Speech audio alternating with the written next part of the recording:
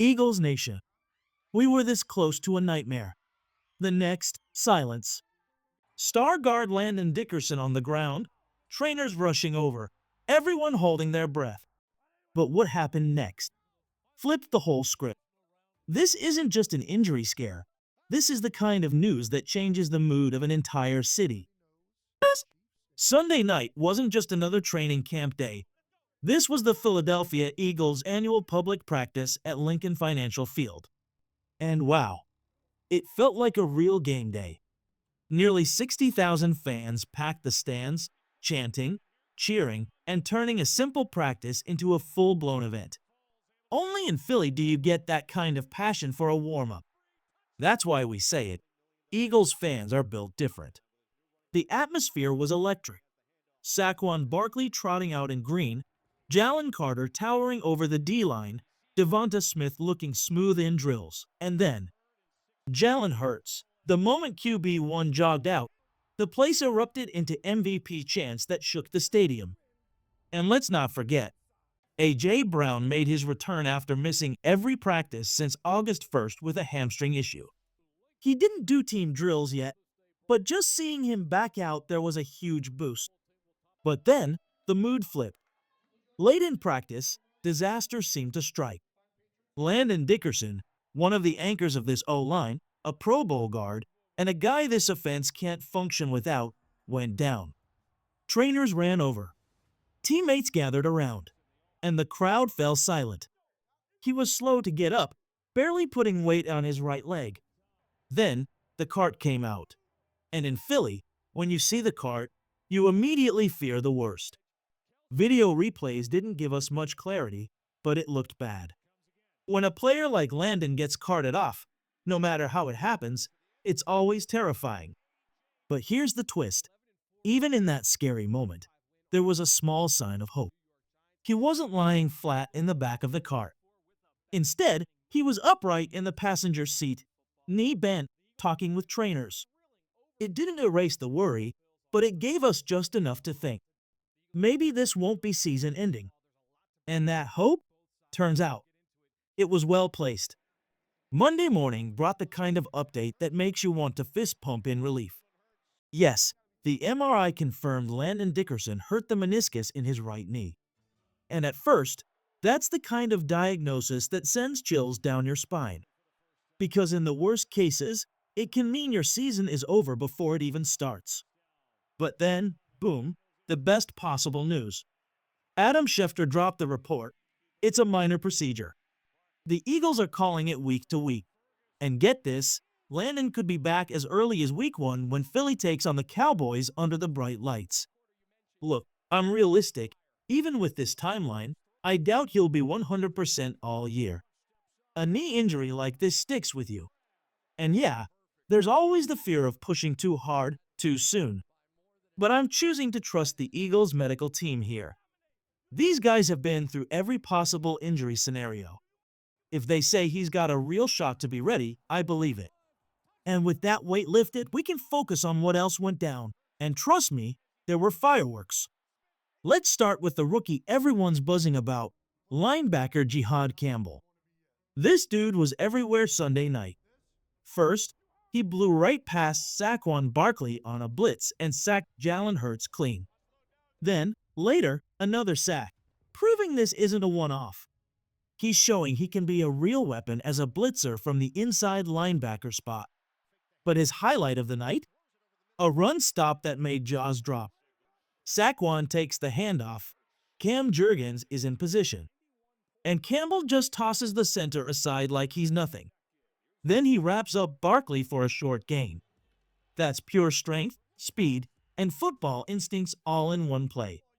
It's crazy to think every NFL team passed on him until he landed in Philly. Now, he looks like he could be a problem for offenses for years to come. And Campbell wasn't alone. Second-year linebacker Jeremiah Trotter Jr. beat Saquon to snag a sack on Hurts. Rookie linebacker Smil Mondon Jr. added one too. The Eagles' linebacker group came to play, and they weren't the only ones making noise. Defensive tackle Moro Ojomo, one of the steady standouts all camp, was disruptive again. He combined with Nolan Smith for a sack and batted down a Hurts pass at the line. The front seven is looking fierce. And if this is what we're seeing in August, imagine what September is going to look like. Moro Ojomo isn't just showing up at training camp, he's dominating it. Every single day, it feels like he's making at least one huge play, a sack, a batted pass, something that makes you sit up and say, "Whoa, this isn't a lucky hot streak. This is a player who's been quietly building something special, and now the whole league might have to deal with it." Teammates have been buzzing about him in the locker room and film sessions. One veteran even said, "Every time I watch tape, he's flashing, beating blocks, causing chaos, standing out on almost every rep." And here's the thing, this isn't surprising to them. They've seen how he works in the weight room, how he attacks practice with intensity, and how he carries himself like a pro who knows exactly where he's headed. The praise from defensive line coach Clint Hurt takes it even further. He calls Ojomo a coach on the field, a guy who not only wrecks plays with his strength and technique, but also reads blocking schemes, communicates protections, and even suggests adjustments mid-game. That's rare. That's special. And the best part?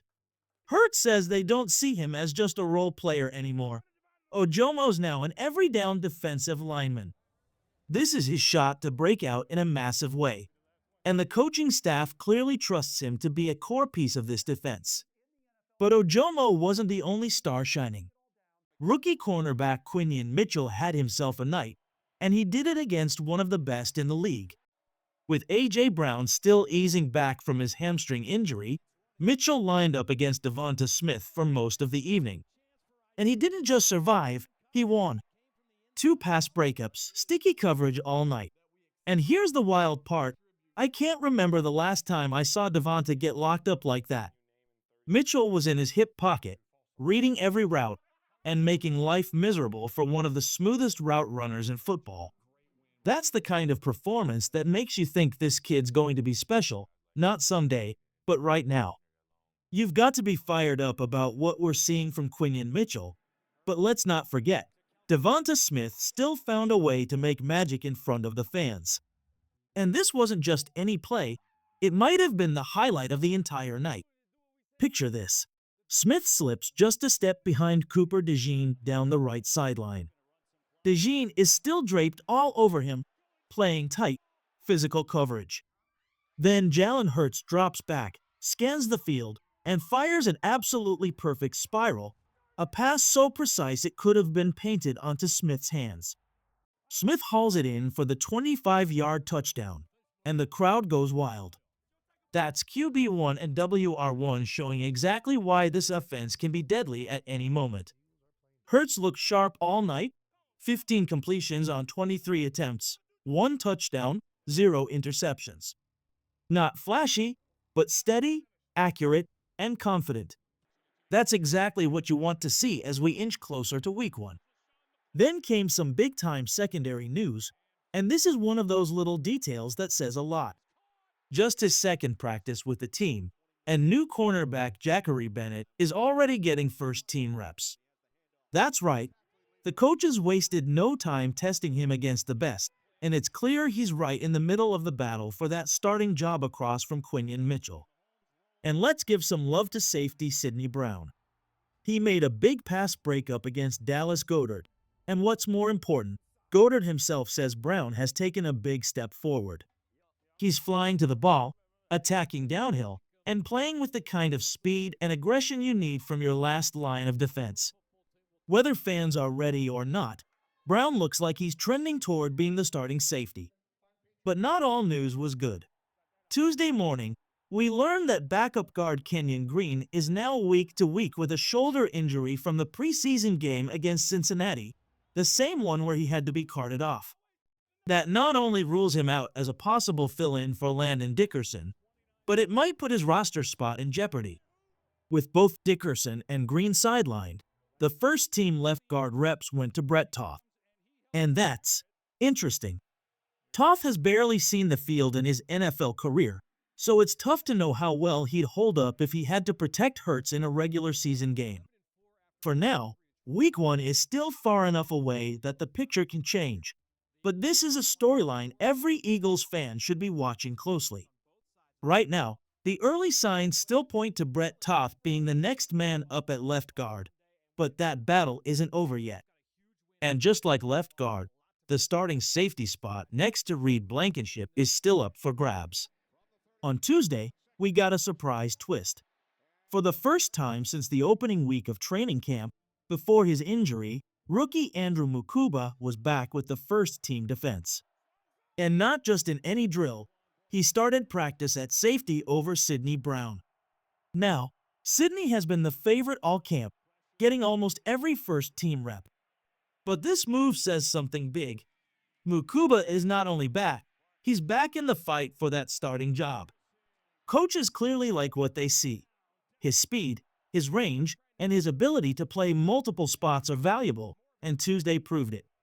Even more telling, Mukuba didn't just line up at safety. He also saw snaps as an extra defensive back in dime packages, with Brown sliding back into safety. That's the kind of versatility that keeps you on the field. Even if Mukuba doesn't win the starting role, I wouldn't be surprised if the Eagles carve out a defensive role for him this season. As for practice itself, it was short by design. The team is saving their legs for 2 intense joint practices with the Cleveland Browns coming up. But in those quick reps, Jalen Hurts was flawless. 8 throws, 8 completions. No picks, no misses. He stood tall under pressure, delivering a perfect strike to Dallas Goedert with Jalen Carter charging right at him. He hit Jahan Dotson on a beautiful anticipation throw. And he connected with Devonta Smith 4 times in one session. Hurts looked locked in, but tomorrow brings a bigger test. This Browns defense is aggressive, physical, and will challenge every throw. That's when we'll really see how sharp the offense is heading into the season.